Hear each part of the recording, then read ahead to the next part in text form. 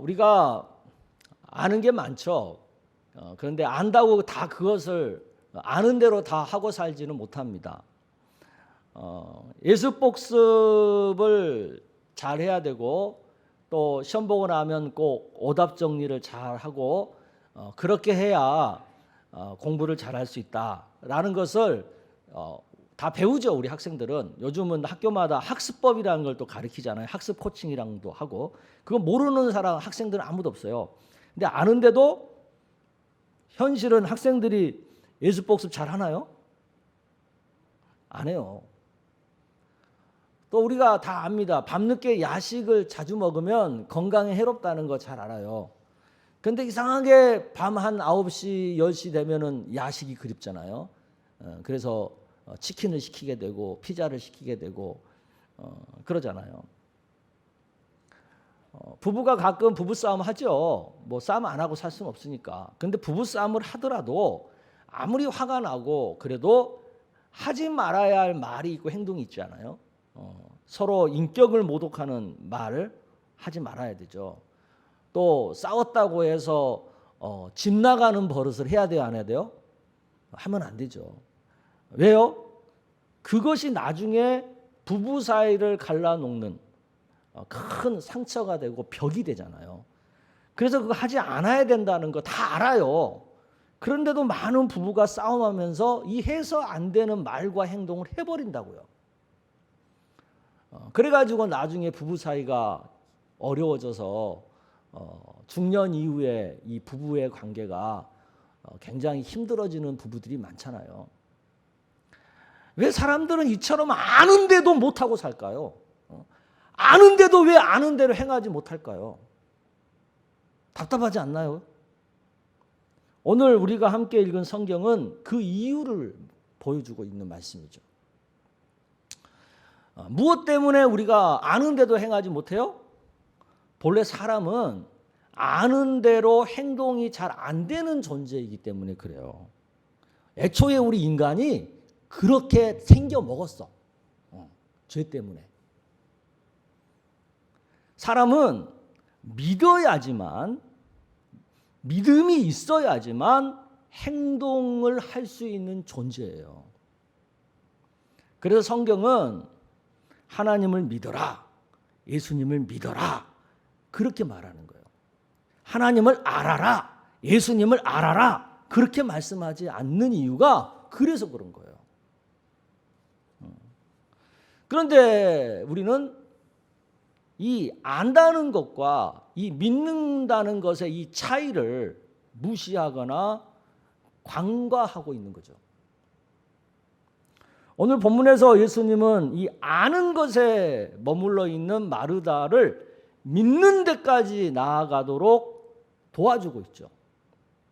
즉 아는 것과 믿는 것의 차이가 어떤 것인지를 보여주고 있죠. 22절부터 26절까지 말씀을 우리가 한번 봅시다. 교독합니다. 그러나 나는 이제라도 주께서 무엇이든지 하나님께 구하시는 것을 하나님이 주실 줄을 아나이다. 예수께서 이르시되 내 오라비가 다시 살아나리라. 마르다가 이르되 마지막 날 부활 때에 다시 살아날 줄을 내가 아나이다. 예수께서 이르시되 나는 부활이요 생명이니 나를 믿는 자는 죽어도 살겠고 무릇 살아서 나를 믿는 자는 영원히 죽지 아니하리니 이것을 뭐라고요? 내가 믿느냐. 여기 보면 안다는 것과 믿는다는 것이 극명하게 지금 대조가 되고 있죠. 지금 마르다는 오빠 나사로가 죽었어요. 젊은 나이에. 그러니까 그 슬픔에 지금 빠져 있는 거잖아요. 이런 마르다에게 예수님이 지금 찾아오셨어요. 그러면 여러분 같으면 그 예수님한테 어떻게 하겠어요? 근데 마르다는 어떻게 하고 있어요? 그 예수님한테 당신은 하나님께 무엇이든지 구하면 하나님이 들어주시는 그런 특별한 분이라는 것을 제가 잘 알고 있습니다. 그렇게 고백을 해요. 굉장히 점잖게 고백을 해요. 그러자 예수님은 그 말을 듣고 뭐라고 얘기를 하시냐면 야 마르다야 너의 죽은 오빠 나사로가 다시 살아날 수 있어. 그 얘기를 해요. 그러면 여러분, 이런 말을 여러분이 들었다면 어떤 반응을 할 것 같아요? 응? 나 같으면 당장 예수님, 우리 오빠 살려주세요, 이럴 것 같아. 근데 마르다가 뭐라고 말하냐면, 살려달라는 이런 부탁은 안 하고, 종말에 모두가 다시 살아나는 것, 부활이 있는 것, 그거 저 알고 있어요. 자기가 알고 있는 성경적인 지식을 자랑해요. 이 부활에 대한 지식, 하나님 앞에 무엇인지 구하면 하나님이 다 들어주시는 그런 분이 예수님이라는 것을 알고 있는 이 지식을 지금 자기 오빠가 죽은 이 현실에 적용을 못 시키고 있어요.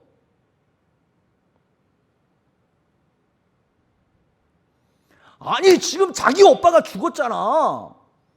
그럼 무엇보다도 지금 중요한 게 뭐야? 그 오빠를 다시 살리는 거 아니에요?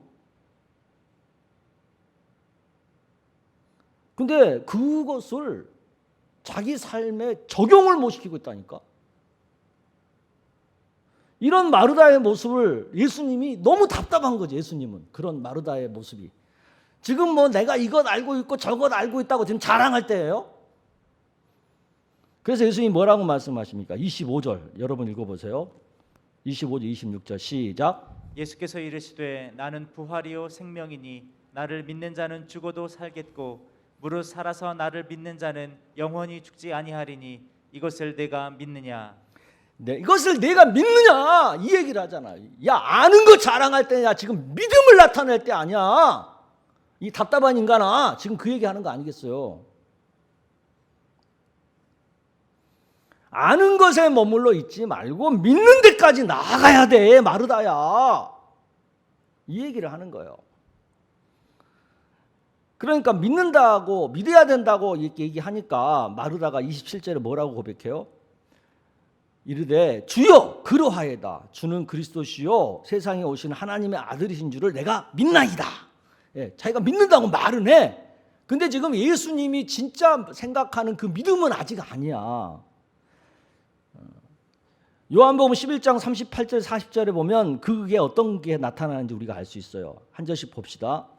이에 예수께서 다시 속으로 비통히 여기시며 무덤에 가시니 무덤이 굴이라 돌로 막았거늘 예수께서 이르시되 돌을 옮겨 놓으라 하시니 그 죽은 자의 누이 마르다가 이르되 주여 죽은 지가 나흘이 되었음에 벌써 냄새가 나나이다. 40절에 보면 예수께서 이르시되 내 말이 네가 믿으면 하나님의 영광을 보리라 하지 아니하였느냐? 너 왜 아직도 못 믿어? 내가 지금 네 오빠 살려주겠다고 여기 무덤까지 왔잖아. 근데 왜 너는 아직도 그걸 못 믿어? 이 얘기를 하는 거잖아.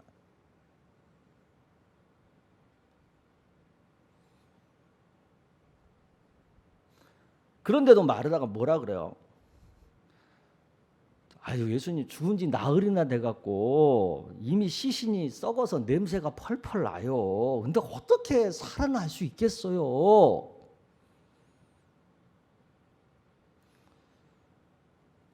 예수님은 다시 한번 마르다에게 얘기해요.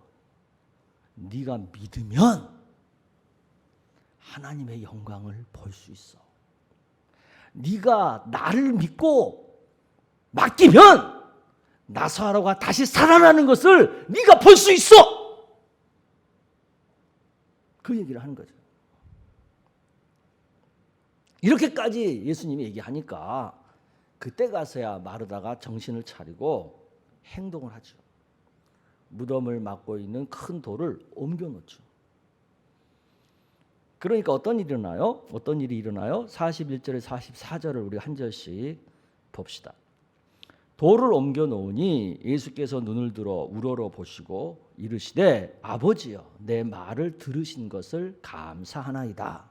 항상 내 말을 들으시는 줄을 내가 알았나이다. 그러나 이 말씀 하옵는 것은 둘러선 무리를 위함이니 곧 아버지께서 나를 보내신 것을 그들로 믿게 하려 함이니이다. 이 말씀을 하시고 큰 소리로 나사로야 나오라 부르시니 죽은 자가 수족을 배로 동인 채로 나오는데 그 얼굴은 수건에 쌓였더라. 예수께서 이르시되 풀어놓아 다니게 하라 하시니라. 아멘. 마르다가 예수님이 믿음을 가져 이 얘기를 듣고 이제 믿음을 갖고 그 믿음에 따라서 돌을 옮기는 구체적인 행동을 하니까 그때 드디어 예수님께서 하나님의 아들답게 하나님 아버지께 구하잖아요. 자신이 하나님께서 보낸 성부 하나님께서 보낸 메시아라는 사실을 여기 있는 다른 사람들이 다 믿을 수 있도록 이 죽은 나사로를 살려주세요. 아버지 하나님 살려주세요. 그렇게 구하잖아요. 기도만 하지 않고 곧바로 이어서 큰 소리로 선포하잖아요. 나사로야 나와라. 그러니까 어떤 일이 벌어졌어요? 죽었던 나사로가 살아서 걸어 나오는 놀라운 일이 벌어졌잖아요. 이 놀라운 장면 때문에 예수님이 기대하신 것처럼 많은 사람들이 예수님을 믿게 되는 역사가 일어났잖아요. 그게 45절 46절의 얘기죠. 여러분 읽어보겠습니다. 시작. 마리아에게 와서 예수께서 하신 일을 본 많은 유대인이 그를 믿었으나 그 중에 어떤 자는 바리새인들에게 가서 예수께서 하신 일을 알리니라. 아멘. 그를 믿었다. 예수님을 믿었다. 이렇게 얘기하잖아요. 이처럼 아는 것과 믿는 것은 큰 차이가 있어요. 아는 것만으로는 예수님이 역사하지 않아요. 예수님께서 바라는 것은요, 우리가 믿는 데까지 나아가는 거예요. 예수님을 믿는다는 것은 우리의 구체적인 삶까지도 예수님께 맡기는 것을 말해요. 구원의 문제에만 예수님을 한정시키는 게 아니라 우리의 모든 구체적인 삶 가운데서도 예수님과 함께하는 것을 믿음이라고 하는 거예요. 그런데 우리의 현실은 어떻습니까? 예수님 믿는 믿음을 그저 잘못했을 때 죄 용서받고 믿어서 구원받고 하는 그런 정도로만 한정을 시키는, 또 그 정도로만 알면서 그것이 마치 믿음 있는 것처럼 착각하는 그런 상태가 아닙니까?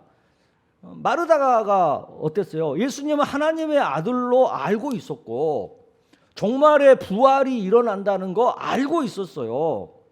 그런데 그것을 자신의 현실에 적용을 못 시키고 있는 거잖아요. 지금 내 앞에 계신 하나님의 아들 예수님이 우리 죽은 오빠를 다시 살릴 수 있다고 하는 그 믿음을 갖지 못하고 있는 거잖아요.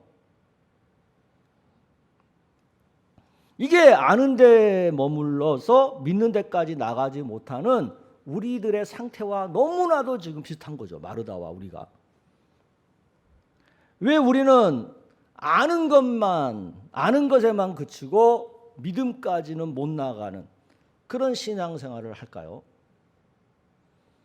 너무 답답하잖아요. 예수님이 지금 그 답답해하는 거예요. 답답해하는 거거든요. 오늘 본문에서. 왜 우리는 이렇게 답답한 신앙생활을 하고 있을까요? 몇 가지 이유가 있어요. 오늘 이거 우리 성도님들 잘 깨달으셨으면 좋겠어요. 특히 우리 그 자녀들도 잘 깨달았으면 좋겠어요. 이거 못 깨닫고 신앙생활 백날해도 헛것이에요. 이거 깨닫고 신앙생활 다 1년만이라도 이거 깨닫고 신앙생활하는 게 훨씬 큰 역사가 있어요. 이유를 먼저 보겠습니다. 그렇게 신앙생활하지 못하는 이유. 첫째, 우리가 믿음에 대해서 잘못된 인식을 갖고 있어서 그래요. 우리가 믿음이라고 생각하는 것들 중에는 잘못된 인식이 많아요. 그걸 대표적으로 세 가지로 정리할 수 있는데, 첫째가 미신이에요. 미신. 없는 것, 아닌 것을 믿는 것. 진리가 아닌 것을 믿는 것. 그게 미신이에요. 그 다음 맹신이에요. 무조건 믿어요. 앞뒤 가리지 않고 알지도 못하고 그냥 무조건 믿는데 이걸 맹신이라고 그래요. 세 번째는 광신이에요. 이것은 자기 감정대로, 자기 느낌대로, 자기 생각대로, 자기 멋대로 믿는 게 광신이에요. 미신, 맹신, 광신 이것은 불신자들만 갖고 있는 신앙이 아니에요. 교회 다닌다고 하는 사람들 가운데도, 예수 믿는다고 하는 사람들 가운데도 미신적으로, 광신적으로, 맹신적으로 믿는 사람이 많아요. 지금 똑같이 예배를 드려도요, 지금 미신으로, 광신으로, 맹신으로 지금 예배 드리는 사람도 있다니까요. 이 잘못된 믿음의 인식을 버려야 돼요. 그리고 두 번째는 성경이 말하는 믿음에 대한 인식이 없기 때문에 그래요. 올바르게 갖고 있지 못하기 때문에 그래요. 성경이 말하는 믿음이란 게 뭐예요? 이거 잘 들으세요. 성경이 말하는 믿음은 하나님의 진리를 전인격적으로, 즉 지적으로, 정적으로, 의지적으로 이 세 가지를 다 동원해서 그것에 대해서 긍정하고 확신하는 것을 말해요. 먼저 성경이 말하는 사실과 진리를 지적으로 이해하고 깨달아요.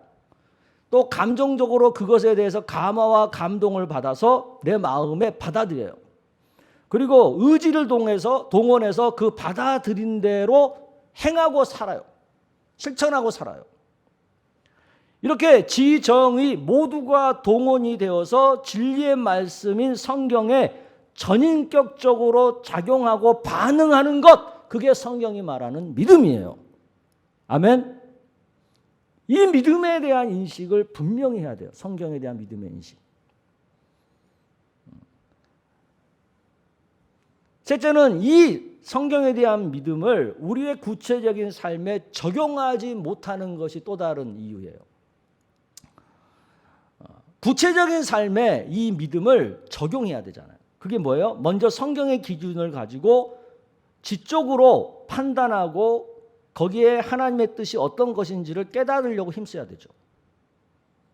그런 과정 중에 감정적으로 감화와 감동을 받아서 내 마음에 그 하나님의 뜻을 수용하는 거죠. 그리고 의지를 동원해서 내 마음에 받아들인 그 하나님의 뜻대로 행동하고 실천하는 거죠. 이것이 구체적인 삶 가운데 믿음으로 사는 모습이에요. 믿음으로까지 나아가는 모습이에요. 이렇게 우리가 믿음을 구체적인 삶에 적용을 하고 살 때에 성령께서 우리를 도와주시는 거죠. 이걸 믿으시길 바랍니다. 믿음은 신앙생활, 교회 생활에만 국한시켜서 적용하는 게 아니에요. 우리가 믿음으로 산다고 할 때는 우리의 모든 삶에 다 적용하는 거예요. 학업 생활이나 경제 활동이나 사회 활동이나 모든 영역에 다 우리의 믿음을 적용시키는 거예요. 요즘 그 수요 영상 예배 때 다루고 있는 기독교 세계관이 바로 그걸 말하는 거예요. 모든 영역에 믿음을 적용시키는 가치관, 기독교적인 가치관이 어떤 것인가, 그것을 가르쳐 주는 게 기독교 세계관이에요. 오늘은 이제 온세대 예배를 우리가 드리잖아요. 그래서 오늘은 공부하는 학생들이 우리 자녀들 중에 많기 때문에 제가 학업에 대해서 믿음으로 어떻게 적용하는지를 좀 제가 구체적으로 좀 얘기를 해보려고 해요. 학교 다니는 학생이라면 이 배우는 일에 믿음을 적용시킬 줄 알아야 돼요. 성경은 공부에 대해서 뭐라고 말씀하는지를 먼저 지적으로 깊이 이해를 하려고 노력해야죠. 여러분, 공부라는 게 뭘 말해요? 공부가 어떤 의미를 갖고 있는 거예요? 여러분, 공부가 뭐야?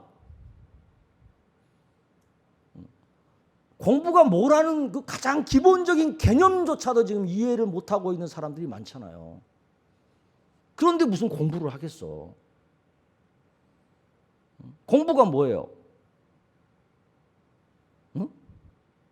학생이죠? 공부가 뭐예요? 공부는요, 다른 거 아니야. 내가 모르는 것을 알 때까지 익히는 과정이에요. 그게 공부예요. 내가 모르는 것을 내가 알 때까지 익히는 과정, 그 전체를 다 가르쳐서 공부라고 하는 거예요. 그러면 성경은 공부에 대해서, 이 배움에 대해서 뭐라고 말씀해요? 야, 그 공부 배워도 되고 안 해도 되고 배움이라는 게 해도 되고 안 해도 되고 그런 거라고 성경이 얘기해요? 아니에요. 성경은 분명히 얘기해요. 배우기를 힘써라. 성경이 왜 배우기를 힘쓰라고 하겠어요? 공부는요, 우리의 삶에 결정적으로 중요한 요소이기 때문에 그래요. 그리고 공부는 우리가 사는 동안 평생에 걸쳐서 해야만 하는 거기 때문에 그래요. 이 배우는 것을 잘 할 줄 알아야 우리가 평안한 삶을 살 수 있기 때문에 그래요. 그러니까 학생들은 학교 생활을 하는 동안에 평생에 사용할 수 있는 이 배움의 기술을 몸에 익혀야 되는 거예요. 뭐라고? 배움의 기술. 이거 기술이에요, 이것은. 그러면 배움의 기술이 구체적으로 뭘까요? 지금 제가 하는 얘기 잘 들으세요. 되게 중요한 얘기예요. 배움의 기술. 첫 번째. 전혀 모르는 것을 만났을 때 두려워하지 않고 용기 있게 그것을 배우고자 도전하는 마음을 갖는 거예요. 첫 번째가. 근데 대부분 사람들은 모르는 거, 어려운 문제를 만나면요, 주저하고 망설이고 두려워하고 선뜻 도전 못해요. 근데 배우는 기술의 첫 번째는요, 내가 모르지만 나한테 어려운 문제지만 그래도 용기 있게 그것에 도전하는 것. 이게 공부의 첫 번째 기술이에요. 두 번째, 그 모르는 것이, 그 어려운 것이 이해되고 해결될 때까지 집중해서 생각하는 법을 배우는 거예요. 많은 공부 못하는 학생들의 특징이 뭐냐면 모르는 거 어려운 문제를 딱 보잖아요. 그러면 머리가 하얘져요. 그래서 아무 생각을 못해. 그러니까 공부를 못하는 거거든. 근데 이것은 처음에는 다 그럴 수 있어요. 근데 연습하고 노력하면 생각하는 법을 깨닫게 돼요. 그러니까 모르는 거 어려운 문제를 만났을 때 처음에는 하얗게 되더라도 생각하는 거야. 집중해서. 야, 이게 무슨 말이지? 이게 어떤 거지? 계속해서 생각하는 거예요. 이해될 때까지. 그것이 알아질 때까지 이렇게도 생각해보고 저렇게도 생각해보고 하는 거예요, 스스로. 이게 두 번째 공부 기술이에요. 배움의 기술. 세 번째, 이제 이해가 됐어. 어느 순간에 이거구나 깨달아졌어. 그러면 그것으로 끝나는 게 아니에요. 그 깨달아진 것이 완전히 내 것으로 소화되고 익혀질 때까지 반복하고 연습하고 암기하는 거예요. 이게 세 번째 기술이에요. 그 다음에 마지막 네 번째 기술이 있어요. 이게 되게 중요해요. 내가 이제 내 것으로 만들었어. 그러면 그것을 가지고 어떤 성과를 낼 줄 알아야 돼요. 성적을 올릴 줄 안다든가, 어려운 시험을 합격할 줄 안다든가, 아니면 새롭게 배운 기술과 지식을 가지고 어떤 내 직업에 활용한다든가, 내 사업에 활용한다든가, 이렇게 성과를 낼 줄 아는 것으로 사용하는 것을 터득해야 돼요. 이게 네 번째 배움의 기술. 여기까지 가야 되는 거예요. 배움의 기술은. 이런 모든 배움의 과정을 몸에 익히는 연습하는 그 시기가 바로 학창 시절에 학교 다닐 때요. 그러니까 학교 다닐 때 이것을 잘 익히고 나면 그 사람은 평생 걱정할 거 없어요. 어떤 새로운 기술이 나와도 어떤 새로운 지식이 나와도 얼마든지 자기 것으로 삼아서 그걸 활용해서 자기 인생을 살아갈 수 있는 능력을 갖췄기 때문에. 이걸 갖춘 사람은 세상을 누구보다도 수월하게 잘 삽니다. 이걸 못 갖췄기 때문에 전전긍긍하는 거예요. 학창 시절을 믿음으로 산다라는 그 말의 뜻은 바로 이런 배움의 의미를 지적으로 잘 깨닫고 그것을 깊이 공감하고 마음에 새겨서 의지를 동원해서 이 배움의 기술을 배우려고 내 것으로 삼으려고 인내를 갖고 노력하는 것. 그게 바로 믿음으로 공부한다는 뜻이에요. 아멘? 아멘? 우리 공부하는 학생들 이걸 알아야 돼, 이걸. 이것은 뭐 성적이 좋다 나쁘다의 그 정도의 문제가 아니에요. 배움의 기술은 내 평생의 내 삶의 질을 결정하는 요소예요. 그러니까 학창 시절에 이 배움의 기술을 잘 익혀놓으면 세상은 계속해서 새로운 지식, 새로운 기술이 나오거든요. 그것에 누구보다도 잘 적응할 수 있잖아요. 그러니까 그 사람은 성공적인 삶을 살 수밖에 없지.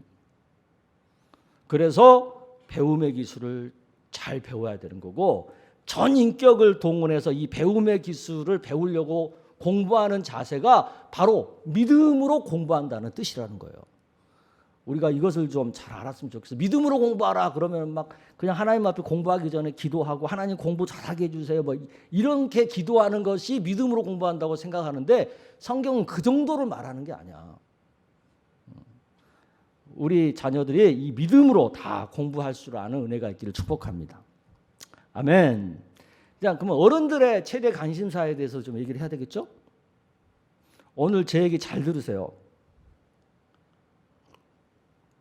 제가 한 달 동안 쉬면서 무지 기도하고 고민하고 묵상한 얘기를 하는 거니까.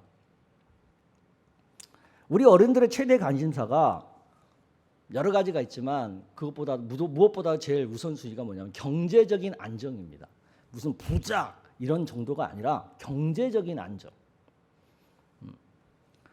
근데 이 경제적인 안정을 얻는 일에 의외로 교회 다니는 분들이 믿음을 적용시키지 못해요.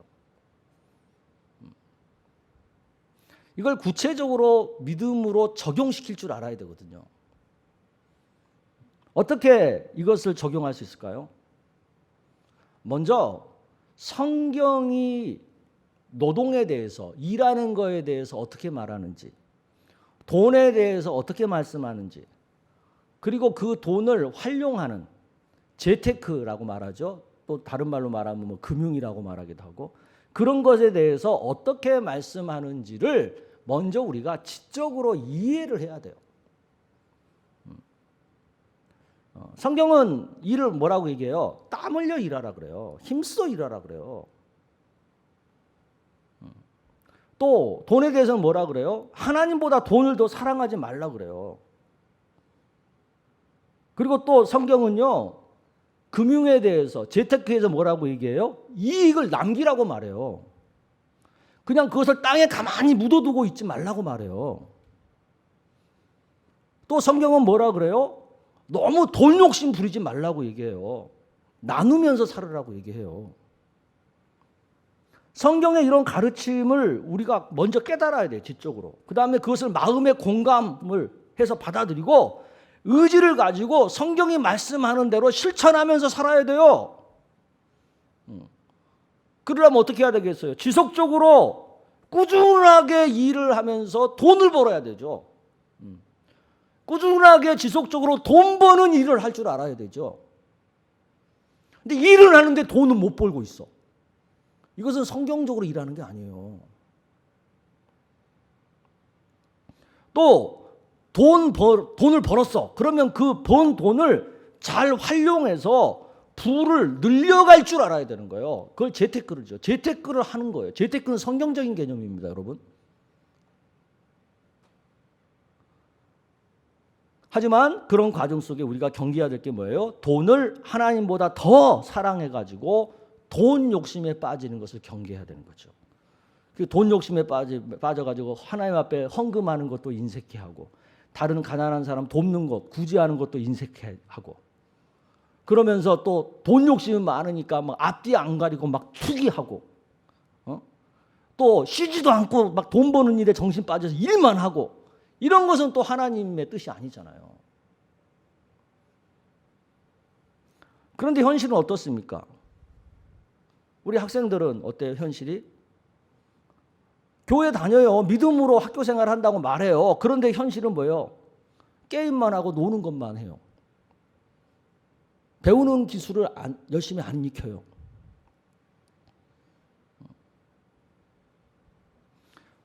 또 우리 어른들 경제적인 안정을 위해서 어떻게 믿음으로 살아요? 믿음으로 안 살아요. 하나님을 아는 것에만 머물고 경제적인 활동에 믿음을 적용시키지를 못해요. 성실하게 일해서 돈을 버는 게 믿음이잖아요, 꾸준하게. 근데 성실하게 일 안 해요. 직장에서도 대충 일하고, 조금만 힘들면 직장 때려치고 나오고, 일을 했다 안 했다. 그런데 돈이 벌어지겠습니까?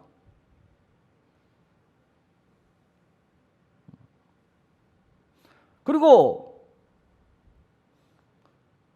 돈에 대한 욕심만 많아요. 돈 욕심 안 갖는 게 믿음이잖아요. 근데 돈 욕심이 많아요. 무리하게 사업을 확장하죠. 돈 욕심 때문에. 또 무리하게 투기하죠. 투자를 해야 되는데 투기를 하죠. 한 방에 막 지나친 돈 욕심을 부려가지고. 또 돈 버는 맛에 빠져가지고 쉬지도 않고 주일날 예배도 안 드리면서 막 돈만 열심히 벌죠.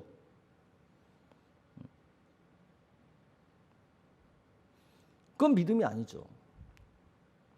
또 돈을 벌었으면 그것을 적당하게 자본을 활용해서 늘릴 줄 알아야 되잖아요. 그게 믿음이에요. 근데 의외로 예수 믿는 사람들이 재테크를 못해요. 재테크가 성경적인 게 아니라고 착각하고 있어요. 아니에요. 성경은 죄를 짓지 않으면서 부를 늘리는 것에 대해서는 전혀 죄라고 말하지 않아요. 재테크를 해야 되죠. 근데 교인들 중에 많은 분들이 재테크 안 해요. 내일에 대한 준비를 안 하고 있는 거 그냥 현실에 다 써버려요.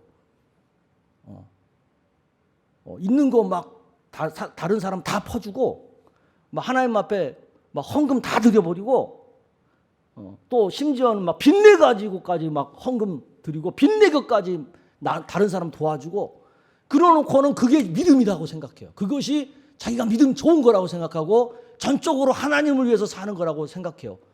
미안하지만 그건 착각이죠. 자기 착각. 그건 맹신이고 광신이죠. 그건 성경이 말하는 신앙이 아니에요. 믿음이 아니에요.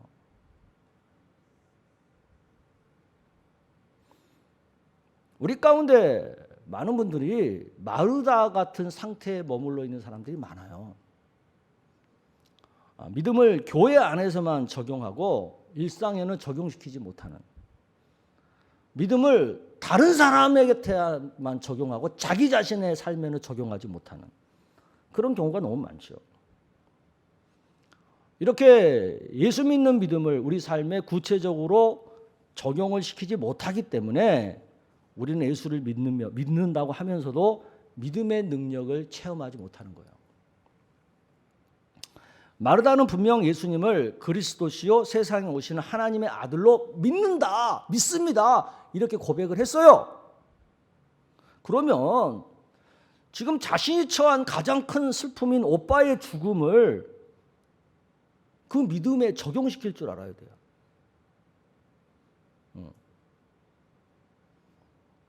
살려달라고 기도하든지, 살려달라고 기도했는데도 예수님이 안 살려주면 그 안 살려준 그 사실에 대해서 또 수용을 하든지, 그게 믿음이잖아요.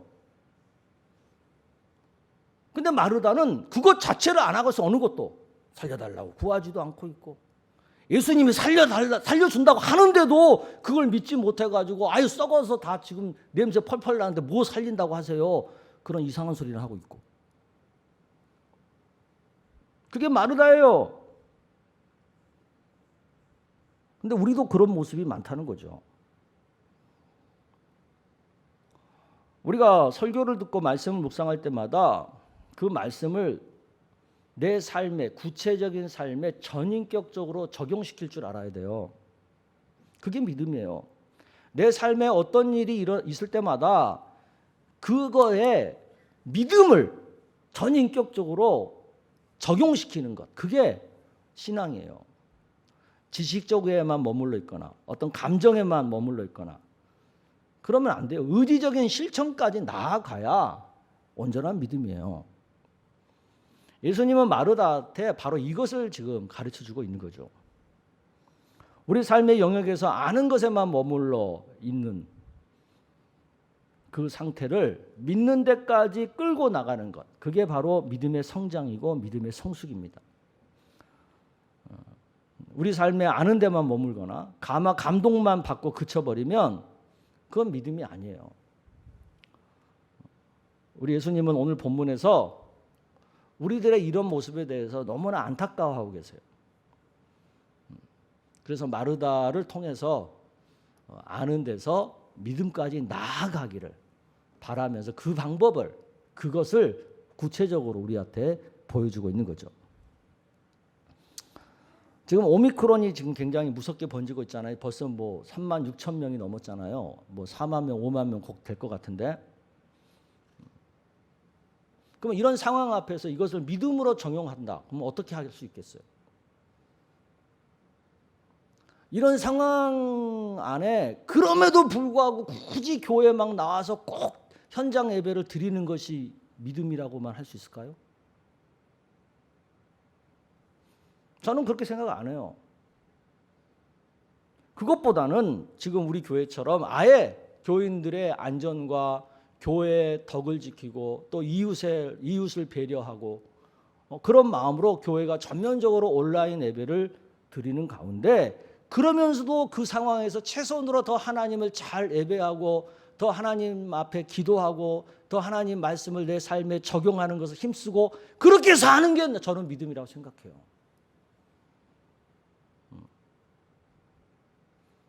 우리 올해 신앙의 목표 함께 더불어 사는 것, 그것에 초점을 맞춰서 더 믿음으로 첫 시간 예배로 하나님과 함께하고 주일날 온 가족이 함께 예배드리는 일에 힘쓰고 주일 예배 끝나고 공동체가 함께 모이고 평일에는 더 온 교회가 힘을 다 내서 기도에 힘쓰고, 저는 그게 믿음이라고 생각해요.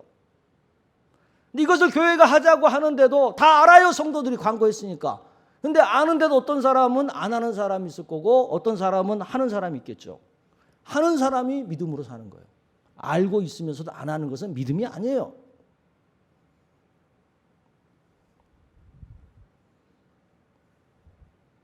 이런 일들에 있어서 우리가 전인격을 사용할 줄 알아야 돼요. 지적이고 정적이고 의지적인 것을 다 동원할 줄 알아야 돼요. 전인격적인 반응을 할 줄 알아야 돼요. 그래야 우리의 믿음이 자라는 겁니다. 우리가 받은 은혜를 나눌 때도 그냥 은혜 받았어요 그 정도가 아니라 구체적으로 지적으로 깨달은 은혜인지, 정적으로 감화받은 은혜인지, 의지적으로 내가 행동한 은혜인지, 이걸 구별해서 말할 줄 알아야 돼요. 설교를 듣고 말씀을 묵상할 때도 그냥 오늘 말씀 너무 좋아 그 정도로 끝나면 안 되고, 내가 새롭게 지적으로 깨달은 게 뭔지, 내가 마음의 감동을 받은 내용이 뭔지, 내가 의지적으로 행동하려고 결정한 게 뭔지, 이런 걸 구체적으로 분별할 줄 알아야 돼요. 그러면 믿음이 훨씬 빠르게 성장합니다. 특히 우리 세대선교본부 우리 친구들 어렸을 때부터 모든 일에 전인격을 사용해서 반응하고 적용시키는 법을 터득해야 돼요. 아는 것에만 그쳐버리거나 어떤 감정적인 어떤 느낌으로만 만족해버리거나 그러면 안 돼요. 그것을 의지를 갖고 행동하는 데까지, 실천하는 데까지 나아갈 줄 알아야 돼요. 그래야 믿음으로 사는 거고, 그래야 놀라운 하나님의 능력을 내 것으로 삼고 살아가는 사람이 될 수 있어요. 믿음으로 살면 삶이 평안해집니다. 믿음으로 살잖아요. 그러면 감사가, 기쁨이 넘칩니다. 믿음으로 살잖아요. 만족합니다. 그리고 믿음으로 살면 항상 형통한 삶을 누리게 됩니다. 매사에 알고는 있는데